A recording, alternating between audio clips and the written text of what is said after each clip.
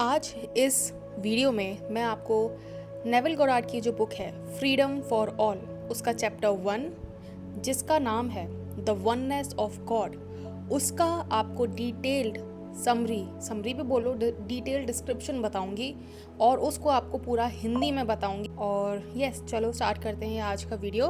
But before that, hi, my name is Shivani, I am a manifestation coach. Also मैं एक certified life और NLP coach भी हूँ इसके अलावा, क्योंकि ये बात मैंने शायद अपने इंस्टाग्राम पे तो मेंशन की है बट मैंने ऐसे कभी डिक्लेयर नहीं की, शायद एक दो बार की होगी अपने इंग्लिश वाले चैनल पे। बट हाँ, इस पे मैं आपको बता देती हूँ that I M now a certified life and NLP coach. ये सर्टिफिकेशन लिए हुए मुझे टाइम हो गया है, 1-2 महीने का टाइम हो चुका है। तो I am now also a certified life and NLP coach, and इसके अलावा I teach people how to turn their dreams into reality using their own subconscious mind. So अगर आपको मुझसे सेशन लेना है तो check the description, you will find all the details that is required for you to do so. And चलो start करते हैं आज का वीडियो। तो ये जो चैप्टर है जो बोलता है कि द वननेस ऑफ गॉड, जिसका हिंदी में अगर हम मतलब बताएं तो उसका मतलब होता है एकता का सिद्धांत। ठीक है, इसका जो मीनिंग है वो मैं आपको अभी क्लियरली बताती हूँ पॉइंट वाइज पॉइंट।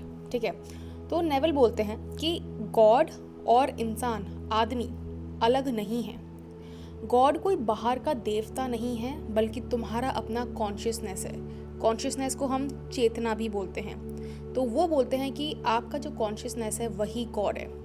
जब तुम कहते हो आई एम, मैं हूँ का मतलब आई एम, तो तुम वही उसी गॉड का नाम यूज़ कर रहे हो। जो वो बाइबल के बारे में काफ़ी बोलते थे, तो उन्होंने बोला है कि आप उसी गॉड का नाम यूज़ कर रहे हो जो बाइबल में दिया गया है। उन्होंने बोला है कि I am that I am. ठीक है, तो God is equal to I am. अब हम बात करते हैं कि इस चैप्टर की कोर थीम्स क्या हैं।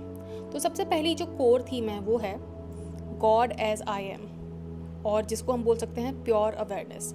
तो गॉड का मतलब होता है प्योर अवेयरनेस, आई एम का मतलब होता है pure awareness. So God is equal to I am is equal to pure awareness. Neville Goddard बोलते हैं कि गॉड, भगवान, कोई बाहर की एक एंटिटी नहीं है। God is not a distant being but the I am presence with in every individual. जैसा कि भागवत गीता में भी बोला गया है कि मैं, जैसे कृष्ण जी बोलते हैं कि मैं हर इंसान के अंदर वास करता हूँ। अगर इंसान अपने अंदर ढूंढेगा तो मैं उसको ज़रूर मिलूँगा। उसी तरह से हर रिलीजन में कुछ ना कुछ इस तरह का कुछ ना कुछ बोला गया होगा, बिकॉज हर चीज़ का एक ही सार है, that God is one and God is one with your self. मतलब गॉड कोई बाहर की चीज़ नहीं है, गॉड आपका खुद का अवेयरनेस है, आपका खुद का आई एम है जो आपके अंदर एग्जिस्ट करता है। नेविल बोलते हैं कि नेविल जो भी चीज़ें बोलते हैं ना, वो बाइबल के थ्रू उन्होंने ड्राइव की है। ठीक है, तो वो बोलते हैं कि I am that I M एक स्टेटमेंट है बाइबल में फ्रॉम द एक्सोडस, जिसको बोलते हैं आई एम दैट आई एम। तो इससे नेविल बोलना चाहते हैं कि जब जब आप गॉड को पुकारते हो, जब जब आप अपने अंदर के आत्मा से भगवान का नाम लेते हो, तो आप किसी इंसान को नहीं पुकार रहे हो, आप पुकार रहे हो अपने अंदर की अवचेतना को। दैट मीन्स आप अपने खुद का जो अवेयरनेस है, खुद की जो कॉन्शियसनेस है, खुद का जो आपका आई एम है, आप उसको स्टेट ऑफ बीइंग में बुला रहे हो। नेविल बोलते हैं कि जब भी आप ये बोलते हो दैट आई एम, आप अपने अंदर की उस डिवाइन पावर को रेफरेंस कर रहे होते हो जो बोलती है that the one and only God is with in you. Next theme जिसके बारे में नेविल गोडार्ड बात करते हैं वो है कि there is no separation between God and man. भगवान और इंसान के बीच में कोई भी सेपरेशन नहीं है।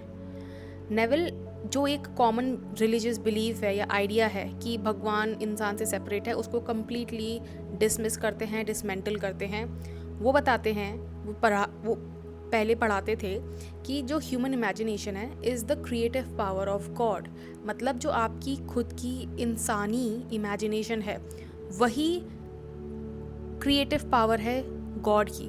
तो जिस पावर के थ्रू गॉड क्रिएट करते हैं वो है इंसान की खुद की अपनी इमेजिनेशन। देखो गाइज, ये सब जो मैं आपको बता रही हूँ ना, आप ये मत बोलने लग जाना कि ये मेरे भी बिलीव्स हैं। All I am trying to say is कि ये नेविल गॉडार्ड ने अपनी बुक में बोला है, and since you guys are very much interested in learning about Neville Goddard की बुक्स, तो ये मैं आपको इसीलिए बता रही हूँ कि नेविल गॉडार्ड ने वर्ड टू वर्ड ऐसा ही बोला है। तो नेविल गॉडार्ड ये बोलते हैं कि ये जो वननेस है, वननेस मतलब भगवान और इंसान जो एक हैं, ये कोई मेटाफोरिकल चीज़ नहीं है कहने के लिए, it is a literal thing. कोई एक्सटर्नल डीटी नहीं है जो आपके ऊपर आपको वश में कर रही है या फिर आपको बोल रही है कि ऐसा करो वैसा करो, because you are the operant power. तीसरी थीम जिसके बारे में नेविल गॉडार्ड बात करते हैं वो ये है कि द लॉ ऑफ अजम्पशन। अब देखो क्या है कि जो नाम है वो एग्जैक्टली जो इम्प्लीमेंट करता है वही है। मतलब ये जो नाम है लॉ ऑफ अजम्पशन, ये वही मीनिंग रखता है जो एक्चुअली में इसको अगर हम वर्ड बाय वर्ड तोड़ेंगे तो इसका मीनिंग निकलता है, विच इज़ जो भी आप अज्यूम करोगे अपनी लाइफ में एज अ ट्रुथ, वही आपकी रियलिटी बन जाएगी। नेविल बोलते हैं कि क्रिएशन इज़ ऑलरेडी फिनिश्ड, जो भी पॉसिबल स्टेट्स हैं वो ऑलरेडी एग्जिस्ट करती हैं। What brings a particular state into experience is your imagination, is your assumption that it is already so. वो कहते हैं कि जो पावर, जो क्रिएटिव पावर आपकी रियलिटी में उस आपके मेंटल स्टेट को एक्सपीरियंस में बदलती है, वो है आपका अजम्पशन। और वो अजम्पशन क्या होना चाहिए? वो अजम्पशन होना चाहिए कि इट इज़ ऑलरेडी सो, मतलब ये ऐसा ऑलरेडी हो चुका है। वो और ये भी कहते हैं कि by assuming the feeling of the wish fulfilled, you are identifying yourself with that state and in doing so you make it manifest. मतलब जब आप उस wish fulfilled की feeling को assume करते हो, आप अपने आप को, अपने subconscious mind को ऐसा आइडिया देते हो कि ये चीज़ ऑलरेडी हो चुकी है, और जब आप ये चीज़ करते हो तो वो चीज़ आपकी लाइफ में मैनिफेस्ट हो जाती है। नेविल गॉडार्ड का जो चौथा मेन कोर थीम है वो ये है कि वो ब्लास्फेमी और ट्रुथ के बीच में एक दीवार खड़ी कर रहे हैं। ब्लास्फेमी का मतलब क्या होता है? देखो, ब्लास्फेमी का मतलब होता है कि जो ब्लास्फेमियस लोग होते हैं, ठीक है, वो क्या होते हैं कि वो भगवान में नहीं मानते, ठीक है, वो कहते हैं कि भगवान नहीं होते। बेसिकली जो अथीस्ट लोग होते हैं या फिर जो नास्तिक लोग होते हैं, दोज आर कॉल्ड ब्लास्फेमियस पीपल, ठीक है। तो वो लोग क्या होते हैं कि वो भगवान में नहीं मानते। और नेविल गॉडार्ड बोलते हैं कि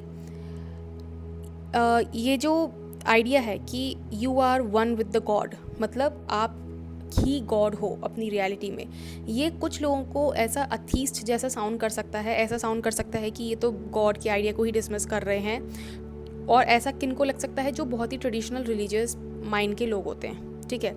पर वो कहते हैं कि however he argues that failing to recognise your own divinity is the true error. वो कहते हैं कि गॉड में बिलीव रखो, बट ये बिलीव रखो कि गॉड ने आपको ये पावर दिया है कि आप अपनी रियलिटी खुद बना सकते हो। And this is something that I have been saying for years. मैं अपनी वीडियोज़ में ये चीज़ आपको कई सालों से बोलती आ रही हूँ कि गॉड को, देखो, आपको गॉड को डिसमिस करने की ज़रूरत नहीं है कि गॉड नहीं होते, अरे ऐसा नहीं है। गॉड एग्जिस्ट, ठीक है, बट आपको बस ये रिकग्नाइज करने की ज़रूरत है कि गॉड किन चीज़ों में आपकी हेल्प कर रहे हैं। एंड गॉड ने आपको ये जिम्मेदारी अपने ऊपर डाली है कि what you will create in your life. वही चीज़ नेविल बोलते हैं कि आप अगर ये चीज़ नहीं मानते हो कि you are one with the God, तो आप अपनी ट्रू आइडेंटिटी या फिर खुद के डिवाइन नेचर को एक तरह से डिसमिस कर रहे हो और उसको एक बड़ा एरर बता रहे हो।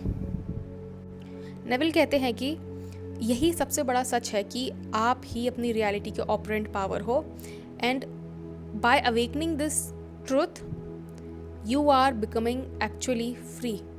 वो कहते हैं कि इस आइडिया को, इस सच को जान के आप अपने अंदर उस एक्चुअल फ्रीडम को जागरूक कर रहे हो। लास्ट में गॉड कह रही हूँ, लास्ट में नेविल गॉडार्ड बोलते हैं कि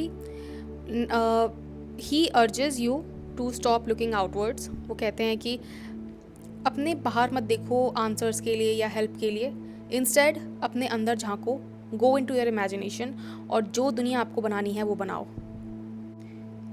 इस चैप्टर में आपको ये बताया गया है कि आपको खुद को टेस्ट करना है, ब्लाइंडली बिलीव नहीं करना है, बट इस चीज़ को एक्सपीरियंस करना है थ्रू प्रैक्टिस।